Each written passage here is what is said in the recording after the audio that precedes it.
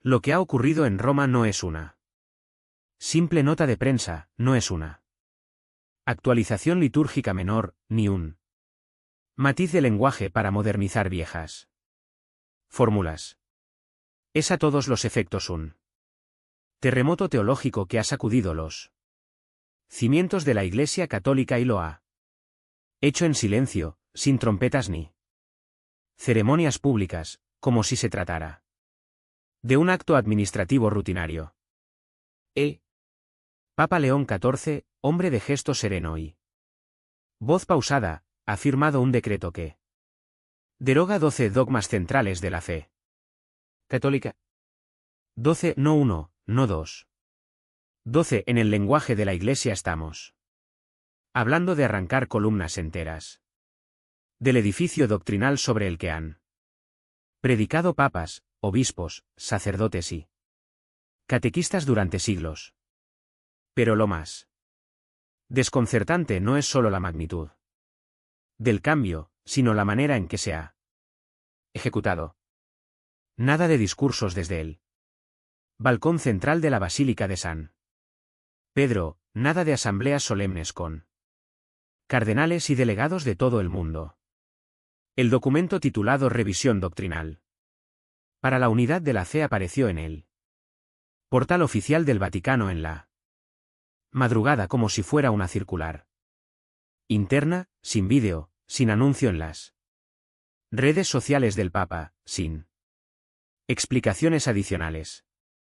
A las 3:14 de la madrugada, hora de Roma, un funcionario de la curia lo subió al servidor oficial a las 3:15. Los primeros periodistas especializados en asuntos religiosos que monitorean los canales del Vaticano día y noche detectaron el movimiento a las 3:17. Las agencias internacionales ya lo estaban distribuyendo con titulares de urgencia y para las 3:45. La mitad de las conferencias episcopales de América y Europa tenían el texto en sus manos. El desconcierto fue inmediato. Muchos creyeron que se trataba de un error técnico, una publicación accidental de un borrador. Otros pensaron que era un montaje de algún grupo activista, pero a las 5:02. El portavoz adjunto de la Santa Sede, Monseñor Alberto Castiglione, confirmó que el decreto era auténtico. Firmado, sellado y registrado en los archivos pontificios, y que no habría, al menos por ahora, declaraciones adicionales del Papa. La introducción del documento es breve, apenas 3 párrafos, pero contiene una frase que ya está dando la vuelta al mundo en fidelidad al Evangelio y en reconocimiento de la diversidad de caminos por los que Dios se revela. La Iglesia Católica renuncia a todo enunciado doctrinal que impida el diálogo fraterno, el entendimiento mutuo y la construcción conjunta de la paz. En otras palabras, cualquier enseñanza oficial que erija muros en lugar de puentes queda anulada. Dogma número 1. El monopolio de la verdad católica. Durante más de 1.5 años, una de las afirmaciones centrales de la Iglesia ha sido la fórmula extra ecclesiam nulla salus, fuera de la Iglesia no hay salvación. Esta idea formulada con dureza en los primeros siglos y suavizada en el lenguaje a lo largo del tiempo, sostenía que la Iglesia Católica poseía la verdad plena y definitiva sobre la salvación y que las demás religiones, en el mejor de los casos, eran caminos incompletos o desviados. Este dogma no era un simple eslogan teológico, ha sido el fundamento de la misión evangelizadora, de las cruzadas, de las misiones coloniales y de innumerables debates doctrinales. Incluso en el Concilio Vaticano II, que modernizó la relación con otras religiones, el núcleo de la idea seguía intacto. La plenitud de la verdad y los medios de salvación se encuentran exclusivamente en la Iglesia Católica. Con el nuevo decreto, esa piedra angular se ha roto. La revisión doctrinal declara explícitamente que ningún grupo religioso, incluida la Iglesia Católica, puede arrogarse la exclusividad de la verdad absoluta. Y no se trata de una sugerencia pastoral. Se convierte en una doctrina práctica vinculante para toda la Iglesia. La verdad de Dios, dice el texto, se manifiesta de múltiples formas. Y ninguna institución humana puede contenerla por completo. La pretensión de poseerla en su totalidad contradice la naturaleza misma del misterio divino. El efecto ha sido instantáneo. En Roma, el cardenal retirado Giovanni Marchetti, que sirvió durante 20 años en la Congregación para la Doctrina de la Fe, declaró ante las cámaras con voz quebrada: esto es el fin de la misión. Si todos tienen una parte de la verdad, ¿para qué evangelizamos? ¿En qué se diferencia entonces la Iglesia de cualquier otra organización religiosa? En el otro extremo del espectro, líderes de distintas confesiones religiosas han recibido el cambio como un gesto de apertura sin precedentes. Un imán en Estambul, entrevistado por una cadena internacional, dijo: hoy el Vaticano ha dado un paso hacia nosotros, no para absorbernos, sino para caminar a nuestro lado. Un rabino en Nueva York escribió en una carta pública: es la primera vez que me siento invitado a una conversación, no a una conversión, pero no todos celebran. En blogs y canales de YouTube de tendencia tradicionalista, la noticia se ha interpretado como una rendición frente al relativismo. Algunos hablan de claudicación doctrinal, otros directamente de herejía práctica. Las redes sociales se han llenado de frases como la Iglesia ha perdido su alma y el ecumenismo se ha convertido en suicidio espiritual. Dogma número 2. La visión punitiva del pecado. El segundo dogma derogado es igual de disruptivo. Durante siglos, la Iglesia ha entendido el pecado como una transgresión que merece castigo. Este marco jurídico espiritual, heredado tanto de la tradición bíblica como del derecho romano, impregnó catecismos, manuales de moral y homilías. El lenguaje estaba lleno de términos como culpa, pena, pecado mortal, castigo eterno. Aunque el Concilio Vaticano II suavizó algunos de estos enfoques, en la práctica, la pedagogía del miedo siguió dominando muchas parroquias. Las confesiones se llenaban de fieles impulsados más por el temor al infierno que por un deseo profundo de conversión. La nueva directiva cambia radicalmente el paradigma. El Papa León XIV ordena eliminar el marco punitivo como base de la doctrina sobre el pecado y lo reemplaza por un enfoque de acompañamiento, sanación y restauración. La misericordia precede al juicio y la restauración de la dignidad humana es el primer deber de la Iglesia, afirma el texto. En otras palabras, la misión no es castigar al pecador, sino curar la herida que el pecado deja en la persona y en la comunidad. El documento subraya que el lenguaje del miedo y del castigo ha distorsionado la imagen de Dios como Padre amoroso y ha contribuido a alejar a millones de personas de la fe. Algunos, este cambio es un alivio largamente esperado. La hermana Clara Restrepo, catequista en Medellín, lo expresó así: por fin puedo hablar de Amor antes que de miedo. Por fin puedo decir que Dios no está esperando para condenarte, sino para abrazarte, pero para otros es un error teológico grave. Un obispo en Varsovia, que pidió no ser identificado, dijo, estamos borrando la noción de justicia divina para acomodarnos a la sensibilidad contemporánea. Si no hay castigo, ¿qué sentido tiene el arrepentimiento? Teólogos moralistas advierten que este cambio no solo afectará la predicación, sino también la práctica sacramental, especialmente la confesión.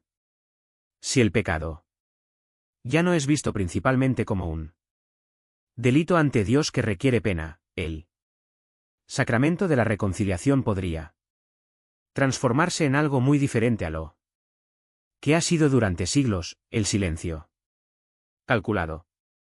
Mientras las discusiones arden en seminarios, monasterios y redes sociales, el Vaticano guarda un silencio impenetrable. Ningún cardenal ha convocado conferencias de prensa, ningún portavoz ha ofrecido entrevistas para aclarar el alcance de los cambios. Los únicos documentos disponibles son el decreto y una breve nota al pie que indica que las disposiciones son de cumplimiento inmediato y obligatorio en toda la Iglesia universal. El Papa, fiel a su estilo, ha dejado que las palabras escritas hablen por sí mismas. No hay gestos de conciliación hacia los sectores más críticos. No hay matices añadidos. La bomba doctrinal ya ha sido lanzada. Ahora cada comunidad deberá decidir cómo interpretarla y cómo sobrevivir a su onda expansiva. Los dogmas 1 y 2 son apenas el inicio de la lista. 10 más esperan ser examinados. Y si los primeros ya han generado una tormenta perfecta, lo que viene podría sacudir todavía más los cimientos de una iglesia que desde su fundación ha resistido emperadores, guerras, cismas y reformas, pero que quizá nunca había enfrentado un desafío tan profundo desde dentro. Si los dos primeros dogmas anulados por el Papa León XIV provocaron un vendaval de debates y acusaciones, los siguientes en la lista han encendido un incendio más profundo, el que toca directamente la estructura de poder y los símbolos de autoridad dentro de la Iglesia Católica. La revisión doctrinal para la unidad de la fe no solo se atreve a redefinir conceptos espirituales, también desafía jerarquías que han permanecido intactas durante 2 milenios en el silencio sepulcral de la madrugada vaticana. Mientras la mayoría del mundo aún procesaba el golpe al monopolio de la verdad y a la visión punitiva del pecado, los teólogos más atentos encontraron en las páginas del decreto 2 detonaciones más. La abolición del dogma sobre la exclusividad del sacerdocio masculino y el levantamiento de la condena absoluta a ciertas prácticas médicas modernas, entre ellas la fecundación in vitro y algunas técnicas de edición genética. ¿Quiénes conocen el pulso de la Iglesia? Estos 2 puntos no son simples notas al pie, son un cambio de eje. Dogma número 3. La exclusividad del sacerdocio masculino. Desde los orígenes, el sacerdocio en la Iglesia Católica ha sido un ministerio reservado a los hombres. La argumentación oficial se ha sostenido en una combinación de tradición apostólica. Jesús eligió a 12 hombres como apóstoles. Y una interpretación teológica que vincula el rol sacerdotal con la representación sacramental de Cristo varón. Este dogma ha sido reafirmado en múltiples documentos a lo largo de la Historia. En 1994, el Papa Juan Pablo II declaró en la Carta Apostólica Ordinatio Sacerdotalis que la Iglesia no tiene en modo alguno la facultad de conferir la ordenación sacerdotal a las mujeres y añadió que esta enseñanza debía ser definitivamente mantenida por todos los fieles. Durante décadas las peticiones de apertura al sacerdocio femenino fueron respondidas con la misma frase: no es cuestión de disciplina, sino de doctrina, es decir, no se podía cambiar.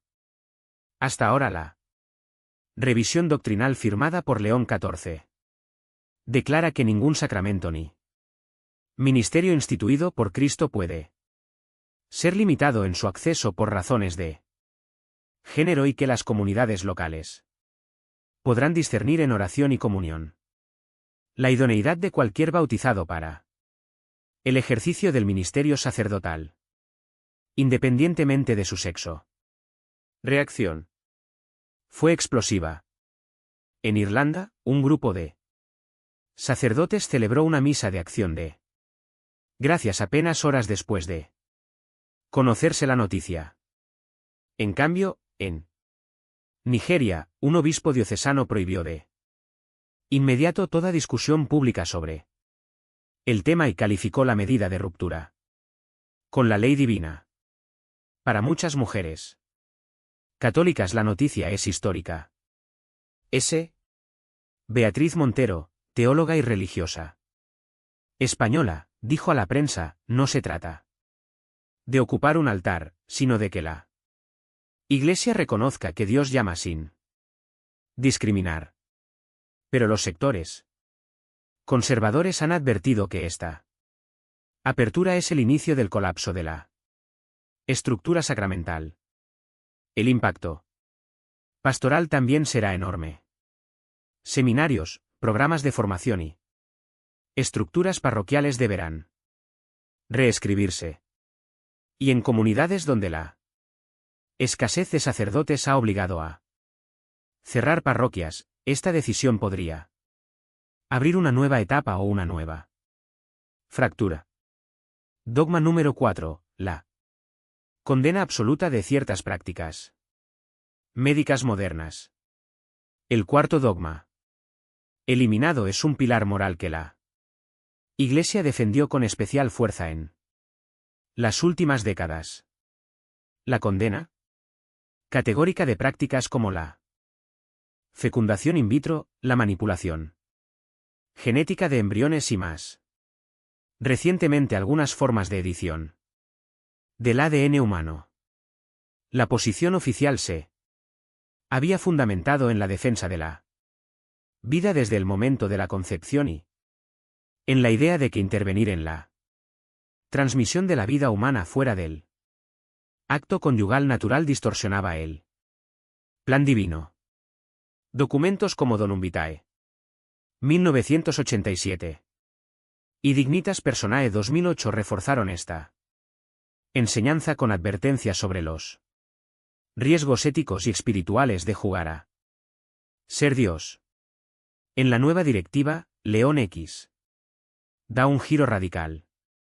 Toda práctica médica que busque promover la salud, prevenir enfermedades o asistir en la transmisión de la vida, siempre que respete la dignidad intrínseca de cada persona, puede ser moralmente aceptable a la luz del Evangelio.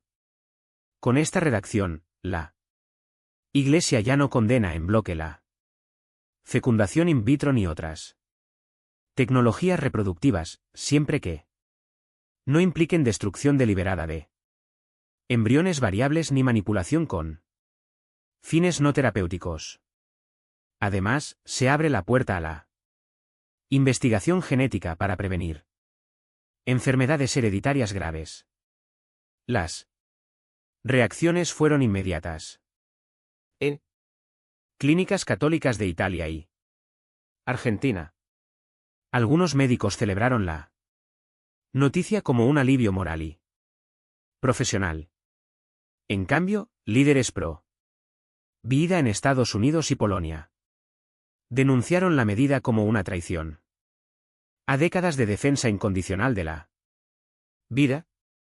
La doctora Ana María Corbalán, bioeticista chilena, explicó, no es que la Iglesia apruebe todo sin límites.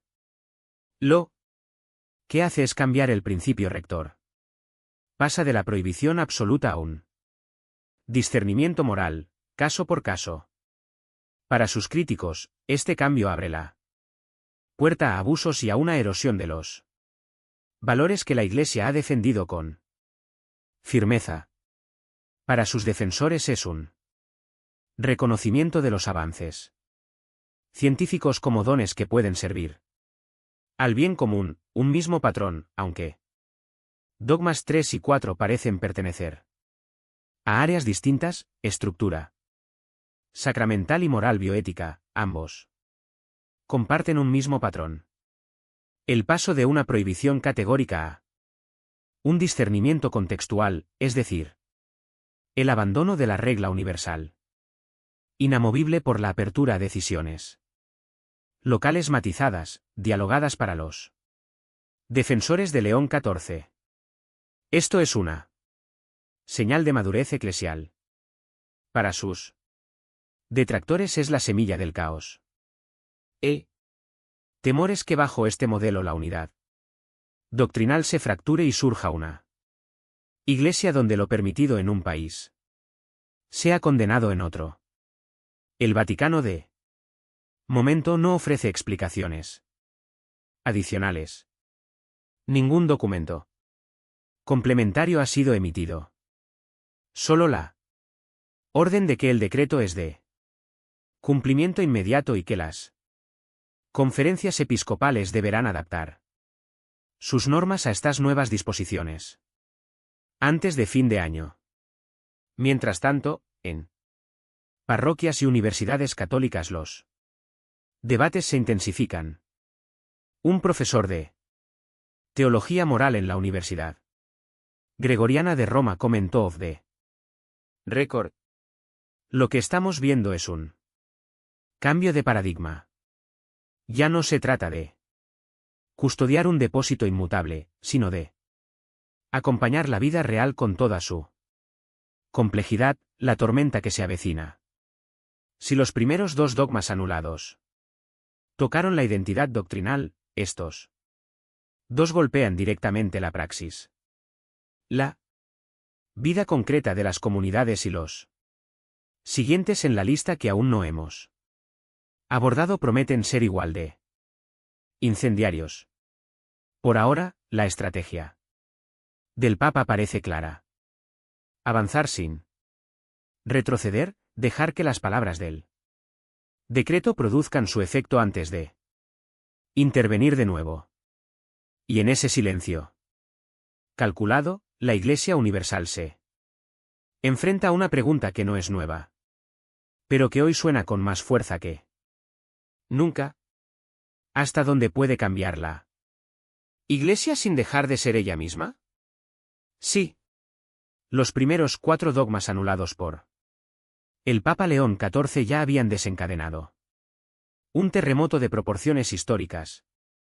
Los siguientes 2 representan un cruce de línea que muchos pensaban intocable. La redefinición de quién puede recibir la Eucaristía y el abandono de la noción de infalibilidad papal como dogma vinculante. No se trata solo de cuestiones teológicas abstractas. Estamos hablando de cambios que alteran la vida litúrgica diaria, la autoridad central del papado y la manera en que los fieles conciben el acto más sagrado de su fe. Dogma número 5, la exclusión de la comunión a personas en situaciones familiares irregulares. Durante décadas, la disciplina eclesial ha sido clara. Quienes viven en situaciones familiares consideradas irregulares por la Iglesia como el divorcio y posterior unión civil sin nulidad matrimonial, no podían acceder a la Eucaristía a menos que vivieran como hermano y hermana o regularizaran su Situación conforme al derecho canónico. Este punto se reforzó en documentos como Familiaris Consortio 1980 y uno de Juan Pablo II. Y aunque el Papa Francisco introdujo aperturas pastorales. Con amor Laetitia. 2016, el principio general seguía vigente. La justificación era que recibir la comunión en estado de pecado grave suponía una contradicción con el significado mismo del sacramento. En la revisión doctrinal, León XIV borra esta prohibición de un plumazo. La participación en la mesa eucarística es donde gracia no recompensa por un estatus moral o jurídico. Ninguna. Situación familiar, por compleja que sea, puede anular el derecho bautismal a recibir el cuerpo de Cristo. Siempre que exista un deseo sincero de caminar en la fe, las reacciones han sido tan previsibles como intensas. En parroquias de América Latina, familias enteras han recibido la noticia con lágrimas y aplausos, viendo en ella el fin de lo que consideran una exclusión injusta. En cambio, en diócesis conservadoras, sacerdotes han anunciado que aunque el decreto es obligatorio, aplicarán un discernimiento riguroso antes de dar la comunión a quienes antes estaban excluidos. En Polonia, un grupo de obispos emitió una carta colectiva advirtiendo que no todo lo legalmente permitido es moralmente prudente. Muchos teólogos, este cambio es más pastoral que dogmático, pero el hecho de que se haya incluido en la lista de 12 dogmas anulados lo convierte en un símbolo. La Iglesia ya no se presenta como guardiana de una mesa cerrada, sino como anfitriona de una mesa sin barreras visibles. Dogma número 6, la infalibilidad papal como verdad definitiva. Este es, sin duda, el cambio más explosivo de la lista hasta ahora. La infalibilidad papal fue definida solemnemente en el Concilio Vaticano y 1870. En la Constitución Pastora Aeternus. Cuando el Papa habla ex cátedra en materia de fe y moral lo hace con la misma autoridad que toda la Iglesia y, por tanto, está libre de error por asistencia divina. Durante más de 150 años, este dogma ha sido el eje de la autoridad doctrinal del papado. Aunque en la práctica solo se ha ejercido explícitamente un par de veces, su existencia ha sido un ancla contra la deriva doctrinal y una garantía de unidad. La revisión doctrinal de León XIV mantiene el respeto por la autoridad del Papa, pero elimina la categoría de infalibilidad como verdad definitiva de fe. El ministerio petrino es servicio de unidad, no prerrogativa de perfección. El Papa, asistido por el Espíritu, discierne junto al pueblo de Dios, pero no se sitúa fuera de la posibilidad de error. Las implicaciones son profundas. Sin infalibilidad, la autoridad papal se reconfigura de modo más colegial y consultivo. Los concilios episcopales y las conferencias regionales ganan peso. El Papa ya no es el árbitro final, incuestionable, sino el primero entre hermanos, sujeto también al discernimiento de la Iglesia entera en sectores progresistas. Esto se ve como una oportunidad para una Iglesia más sinodal, menos centralizada y más participativa en sectores conservadores. Se interpreta como la disolución de la roca sobre la que Cristo dijo que edificaría su Iglesia. El cardenal Marcus Everditch declaró, al quitar la infalibilidad, se abre la puerta a que cualquier enseñanza papal sea vista como opinable. Esto no es reforma. Es desarme. Mientras tanto, en comunidades de base de África y Asia, donde la figura papal simbólica que normativa, el cambio pasa casi desapercibido. P. Ellos, la autoridad real siempre ha estado en el obispo local y en las decisiones comunitarias, una grieta en la unidad. La anulación de estos dos dogmas plantea un dilema inmediato. Sí. El Papa no es infalible y todos los bautizados pueden recibir la comunión. Sin condiciones legales estrictas, ¿qué une doctrinalmente a la Iglesia? Los defensores de la Reforma responden que la unidad no debe basarse en el miedo a equivocarse ni en la exclusión, sino en el compromiso de caminar juntos. Los detractores replican que sin fronteras claras la unidad se diluye en un consenso frágil que puede romperse con facilidad. En universidades católicas, seminarios y redes sociales, el debate se ha vuelto encarnizado. Un profesor de eclesiología en la Universidad Católica de Lovaina escribió en un artículo viral: hemos pasado de un modelo monárquico a uno casi parlamentario en cuestión de horas y nadie nos preguntó. El eco del silencio papal, fiel a la estrategia que parece haber adoptado desde la publicación de la revisión doctrinal, el Papa León XIV no ha dado entrevistas ni homilías explicativas sobre estos puntos. Ninguna audiencia general ha sido usada para matizar o justificar el cambio. El texto está ahí, frío y claro, obligando a todos a posicionarse. En la plaza de San Pedro, un grupo de fieles reza el rosario diario como si nada hubiera pasado.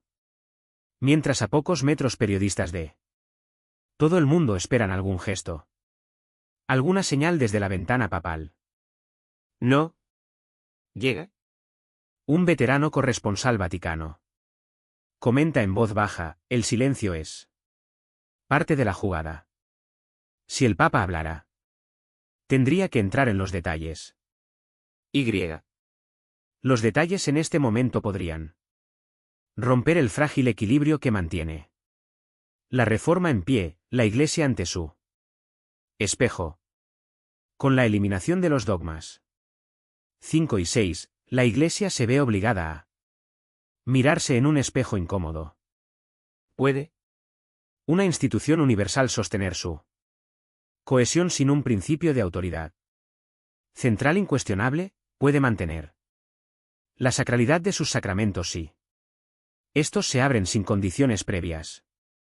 Para algunos estas son preguntas necesarias para un tiempo nuevo. P. Otros son síntomas de una crisis de identidad que podría desembocar en un cisma.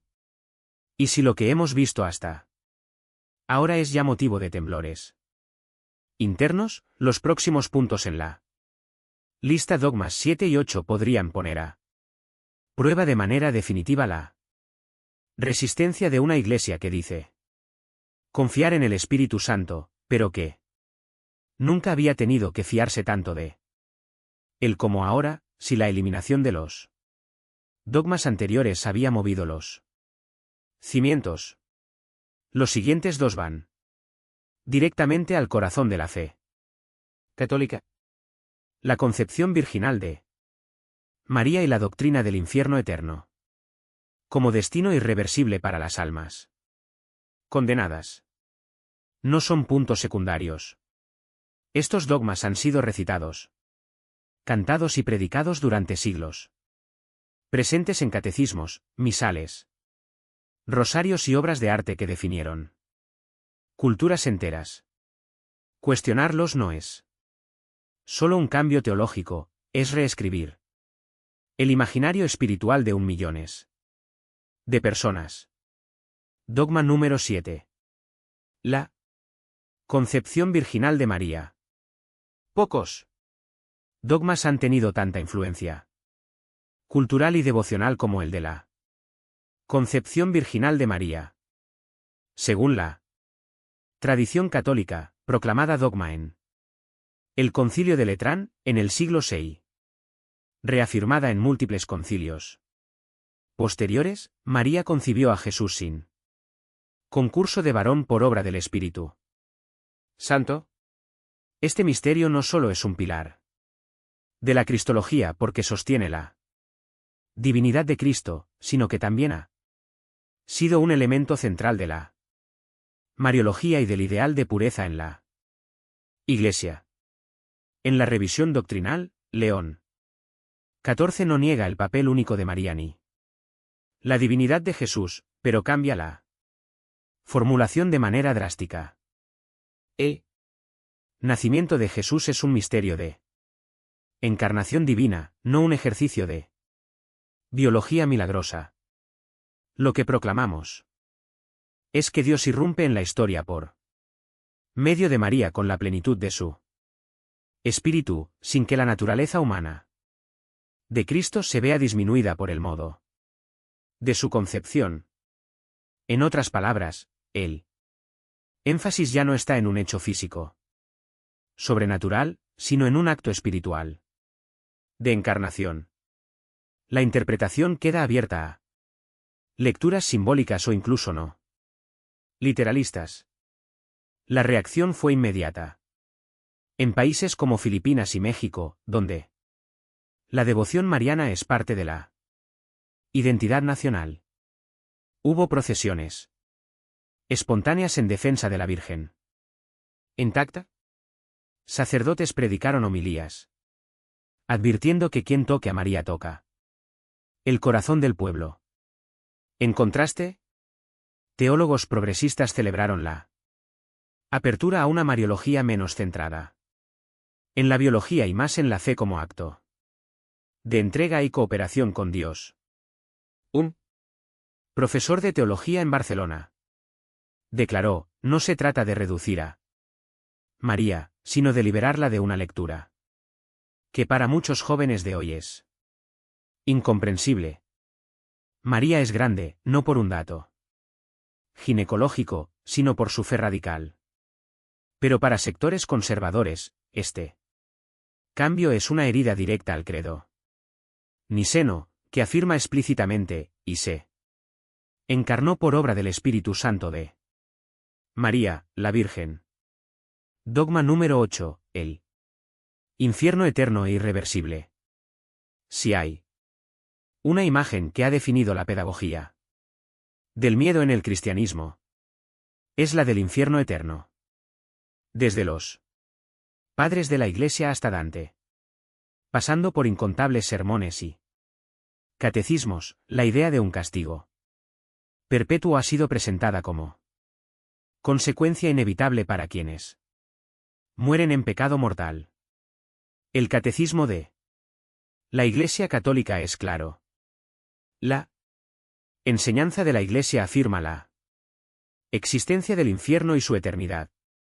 En 1035, la revisión doctrinal introduce un giro que para muchos equivale a un terremoto. La justicia de Dios no se opone a su misericordia. La pena eterna, entendida como ausencia irreversible de Dios, contradice el designio universal de salvación. Afirmamos que toda criatura permanece abierta al misterio de la reconciliación divina, incluso más allá de la muerte. Esto no significa, según el documento, que no exista la posibilidad del rechazo libre y persistente a Dios, sino que ninguna situación es cerrada para siempre. En términos prácticos se abre la puerta a una forma de apocatástasis. La creencia de que al final Dios será todo en todos. 1:15. 28. El impacto cultural y espiritual es inmenso. Para quienes crecieron escuchando predicaciones sobre el fuego eterno, este cambio suena como una traición a la justicia divina. P. quienes veían en el infierno un obstáculo para comprender a un Dios de amor infinito, es una liberación teológica largamente esperada.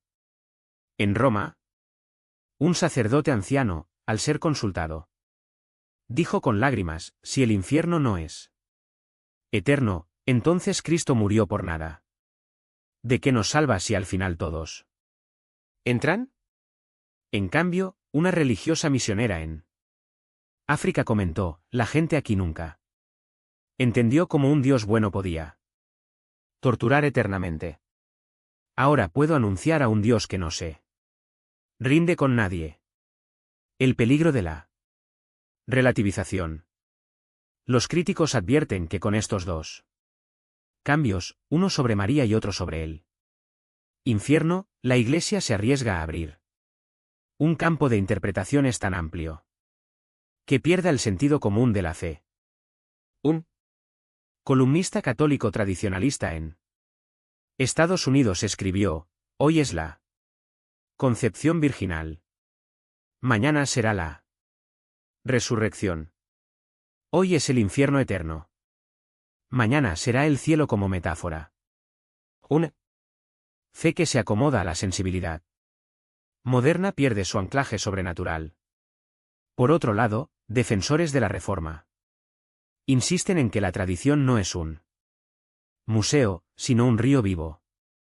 Para ellos, León XIV está haciendo lo que los concilios hicieron en su momento. Releer los misterios a la luz de las preguntas y la sensibilidad de la época. Silencio como estrategia, tal como ocurrió con los dogmas anteriores, el Papa no ha dado ninguna homilía o discurso explicando estos puntos. En la sala de prensa del Vaticano, el portavoz oficial se limitó a decir, la revisión doctrinal es un texto magisterial que habla por sí mismo. No se trata de negar el pasado, sino de expresar la misma fe en palabras que respondan a las inquietudes del presente. Detrás de esta frase medida, muchos leen un cálculo político. Cualquier explicación más detallada podría provocar un cisma abierto.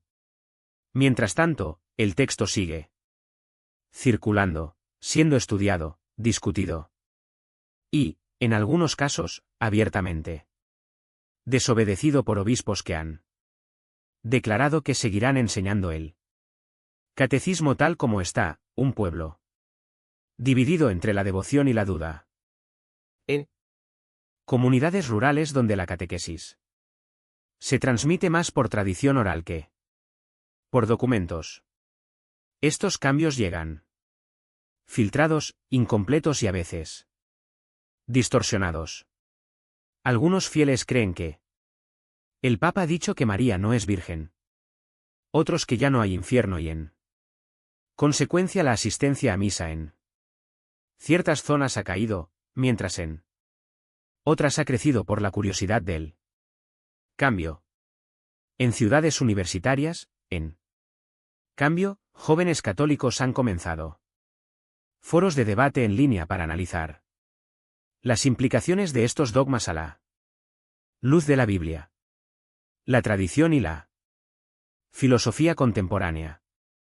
El hashtag María sin miedo se volvió tendencia en redes sociales hispanas, acompañado de reflexiones sobre el papel de las mujeres en la Iglesia entre el cielo y la tierra con la supresión de los dogmas.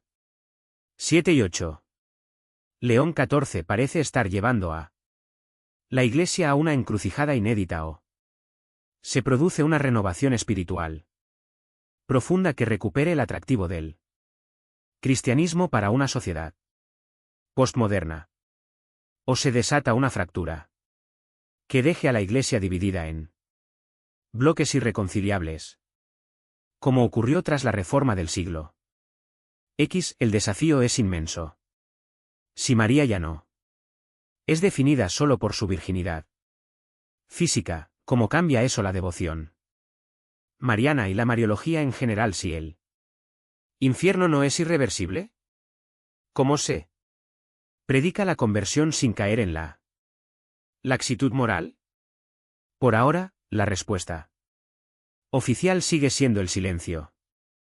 Y en Ese silencio las interpretaciones crecen como semillas en un campo sin vallas. Cuando parecía que nada podía superarla.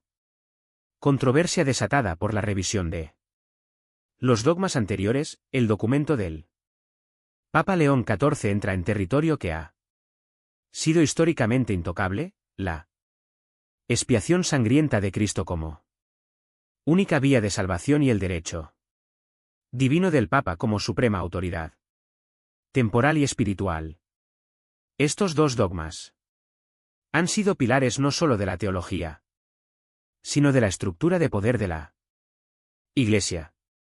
Tocarlos es arriesgarse a una reconfiguración del cristianismo, tal como lo conocemos. Dogma número 9. La muerte expiatoria de Cristo como único medio de salvación. Durante casi 2 milenios, la Iglesia ha enseñado que la muerte de Jesús en la cruz fue un sacrificio expiatorio necesario para redimir a la humanidad del pecado. Desde San Pablo hasta el catecismo moderno, la narrativa ha sido clara. Sin la sangre derramada no hay salvación. Este dogma ha moldeado la liturgia con la misa como representación incruenta del sacrificio de la cruz, el arte sacro y la piedad popular. La revisión doctrinal de León XIV no niega la centralidad de la cruz, pero cambia radicalmente el marco interpretativo.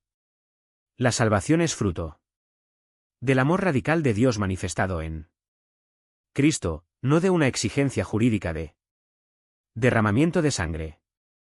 La cruz es signo supremo de entrega, no transacción penal.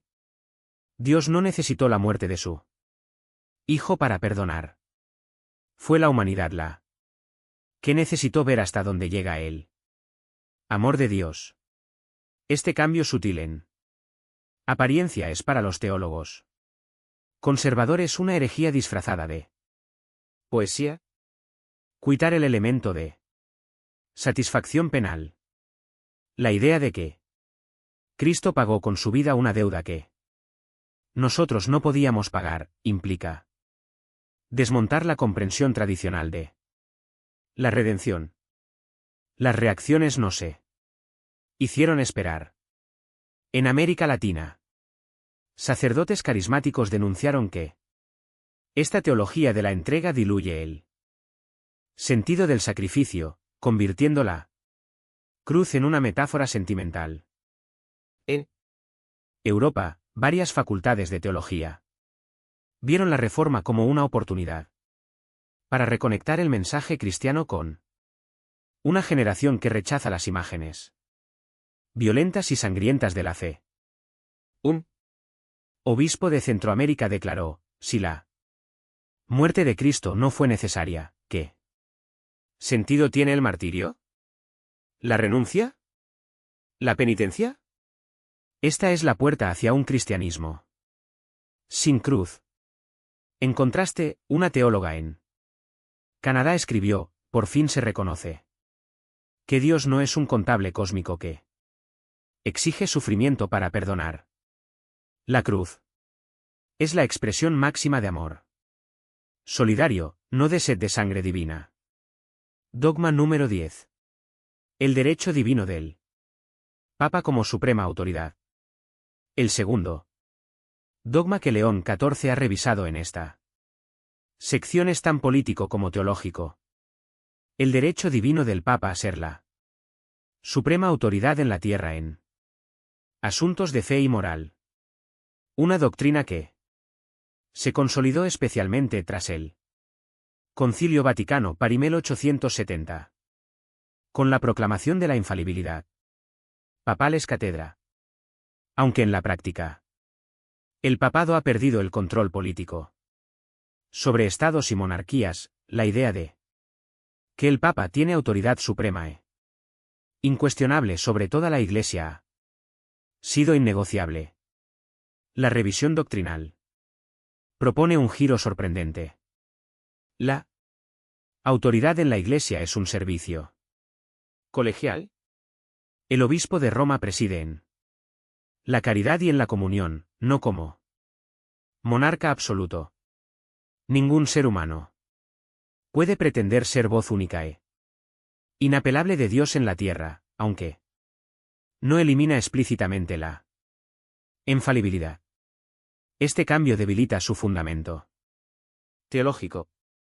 Si la autoridad es colegial, el Papa pasa de ser monarca espiritual a primus inter pares, el primero entre iguales. Las implicaciones son explosivas. En la práctica, el documento abre la puerta a que conferencias episcopales o sínodos regionales tomen decisiones doctrinales sin esperar la aprobación del Papa. Podría reinterpretarse la infalibilidad papal como una función colectiva del colegio episcopal, no personal del Papa. Un cardenal africano comentó bajo anonimato: esto es el fin del papado como lo hemos conocido. Si el Papa no tiene autoridad suprema, pronto tendremos tantas iglesias católicas como diócesis.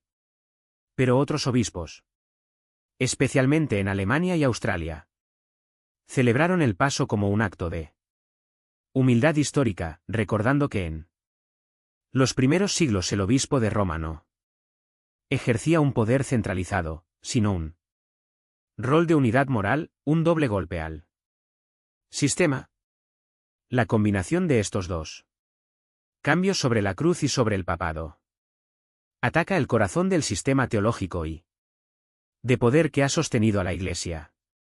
Teológicamente, la redención deja de ser un pago sangriento para convertirse en un acto de amor radical, lo que cambia el tono y el contenido de la predicación.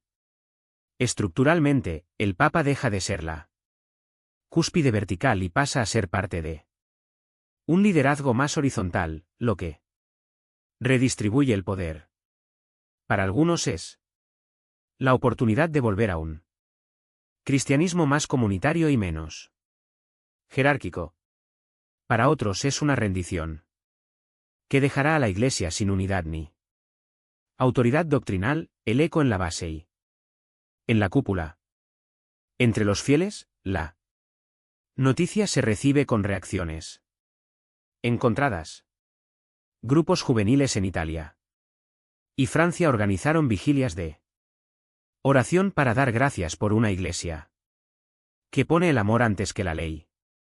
Movimientos tradicionalistas en Estados Unidos y Polonia declararon un ayuno de protesta hasta que el Papa retire el documento.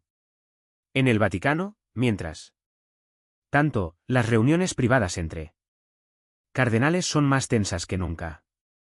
Algunos hablan de la necesidad de convocar un concilio para clarificar los cambios. Otros sospechan que un sector de la curia está preparando un documento alternativo para matizar las reformas.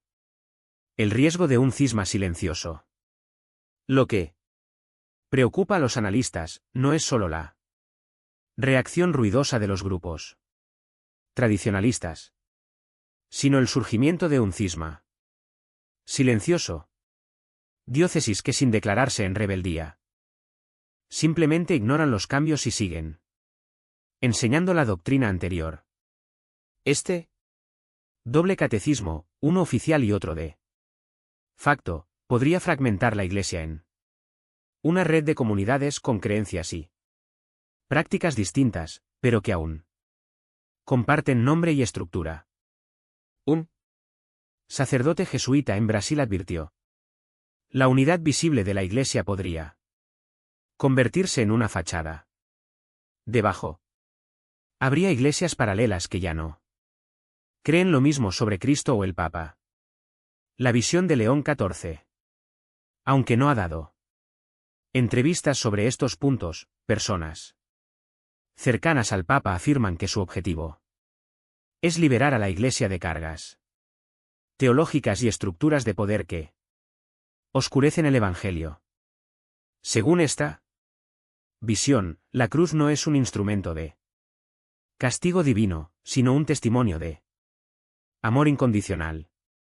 Y el papado no es un trono, sino una silla de servicio. Pero incluso entre quienes comparten este ideal, hay temor por la velocidad y el alcance de las reformas. El cambio doctrinal es tan profundo que podría tomar generaciones asimilarlo. Y no todos están dispuestos a esperar un futuro incierto. Con la revisión de los dogmas 9 y 10, León XIV ha tocado dos nervios expuestos, la identidad de Cristo como Salvador y la naturaleza de su obra redentora, la identidad del Papa como líder supremo de la Iglesia. El debate ya no es solo teológico, es existencial. ¿Qué significa ser católico si la cruz ya no es pago y el Papa ya no es soberano? Por ahora, la respuesta parece depender del lugar donde uno viva, de la parroquia que uno frecuente y del obispo que uno escuche. En medio de esta tormenta, una frase atribuida al propio León XIV circula entre sus allegados. Prefiero una iglesia que se rompa buscando la verdad, que una iglesia intacta adorando sus propias sombras. Si los cambios previos ya habían sacudido los cimientos doctrinales y jerárquicos de la Iglesia, los dos últimos dogmas revisados por el Papa León XIV cruzan la línea más peligrosa, la relación entre fe y política y la condena absoluta de ciertas orientaciones e identidades humanas. Con estos golpes finales, la revisión doctrinal para la unidad de la fe deja de ser percibida como un ajuste de rumbo y se convierte para muchos en una refundación total del catolicismo. Dogma número 1. La pretensión de autoridad política de la Iglesia. Desde la Edad Media, la Iglesia católica no solo se ha visto a sí misma como guía espiritual, sino también como voz moral, con derecho e incluso deber de influir en el gobierno de las naciones. Este dogma, reforzado en diversas bulas y concordatos, ha servido para justificar intervenciones en la vida civil, desde la legitimación de reyes hasta el juicio moral sobre leyes seculares.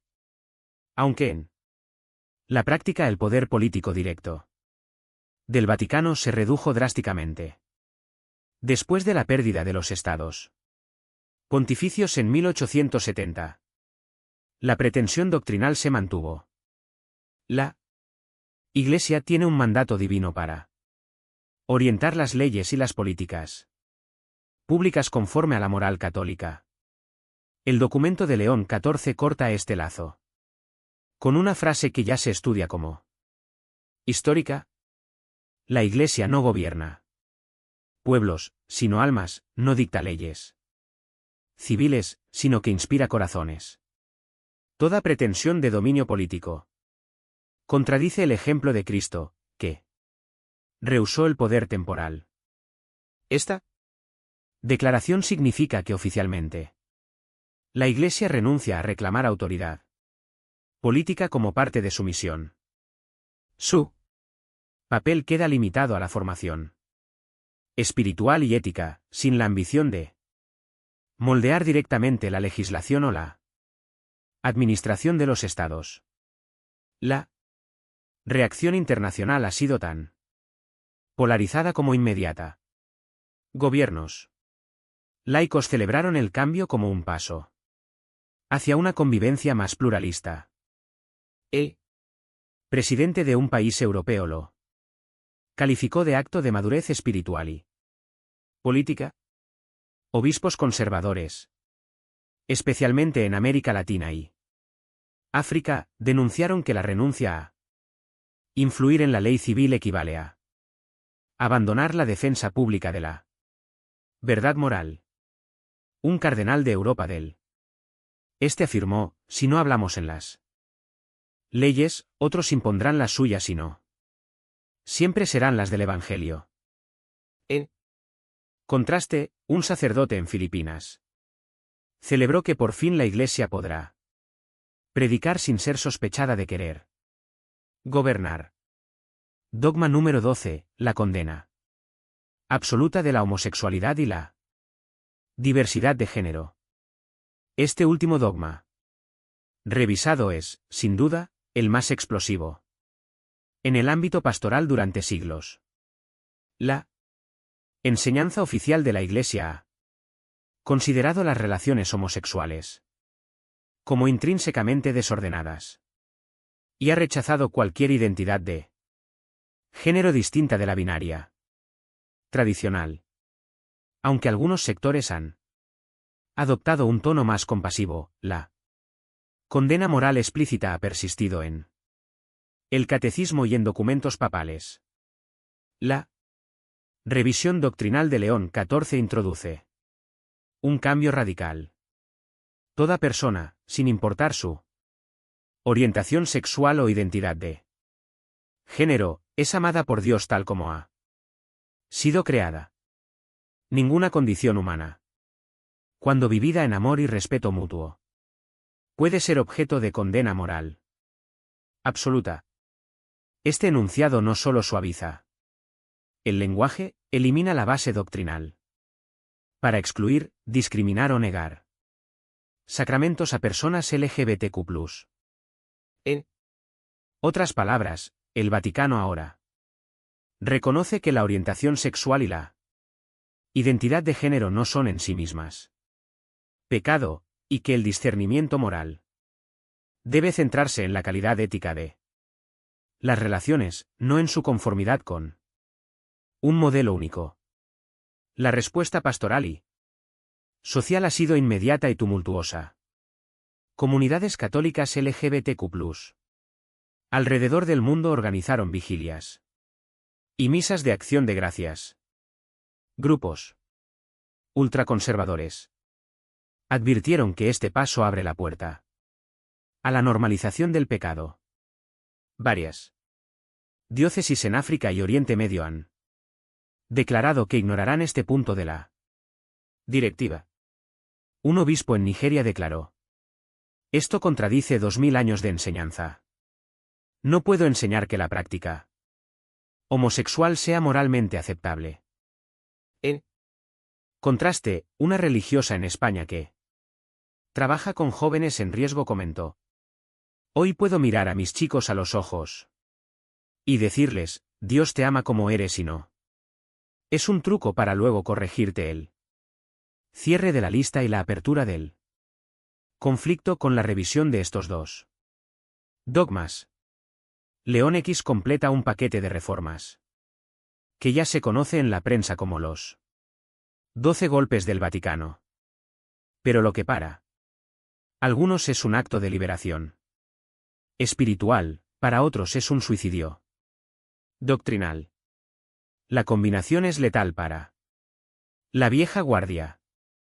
Sin pretensión política, la Iglesia se retira del campo de batalla legislativo sin condena absoluta de la diversidad sexual y de género. se rompe con una enseñanza moral que muchos consideraban no negociable. El resultado es una Iglesia más abierta al mundo, pero también más dividida que nunca en su historia reciente. Genio o hereje. los debates internos se han vuelto personales. No se discute solo la teología, sino la legitimidad misma del Papa. Algunos cardenales hablan ya de la posibilidad de un cónclave anticipado. No por renuncia voluntaria, sino por presión interna. Otros creen que León XIV pasará a la historia como el pontífice que evitó que la Iglesia se desmoronara por rigidez moral y política. Un analista del Vaticano Resumió así la disyuntiva. O es un reformador profético que salva a la Iglesia del aislamiento o es el hombre que la fractura irreversiblemente. No hay punto medio. La visión final de León X. Aunque sigue sin dar conferencias de prensa sobre el tema, el Papa ha permitido que se filtre un párrafo de una carta privada a un amigo obispo. Y hecho lo que mi conciencia me pide, no lo que mi conveniencia aconsejaría. Si la Iglesia se divide, que sea buscando el rostro de Cristo y no defendiendo nuestros ídolos de piedra. Prefiero ser recordado por romper cadenas que por conservar candados. Con Esta frase, León XIV deja claro que no piensa retroceder. Epílogo. Una iglesia en el filo. En este momento, parroquias enteras están reevaluando sus catecismos. Obispos están redactando cartas pastorales contradictorias entre sí. Y. Los fieles se preguntan, ¿qué significa seguir siendo católicos en una iglesia que parece renunciar a partes esenciales ¿De su pasado? La revisión doctrinal para la unidad de la fe ha hecho más que derogar 12 dogmas. Ha expuesto la atención irresuelta entre fidelidad a la tradición y apertura al mundo. Esa tensión no desaparecerá con comunicados, ni con discursos y probablemente definirá la vida de la Iglesia en las próximas décadas. Por ahora solo queda una certeza. Después de León XIV, la Iglesia Católica no volverá a ser la misma. Gracias por ver este vídeo. haz clic. Interesarte. Yeah.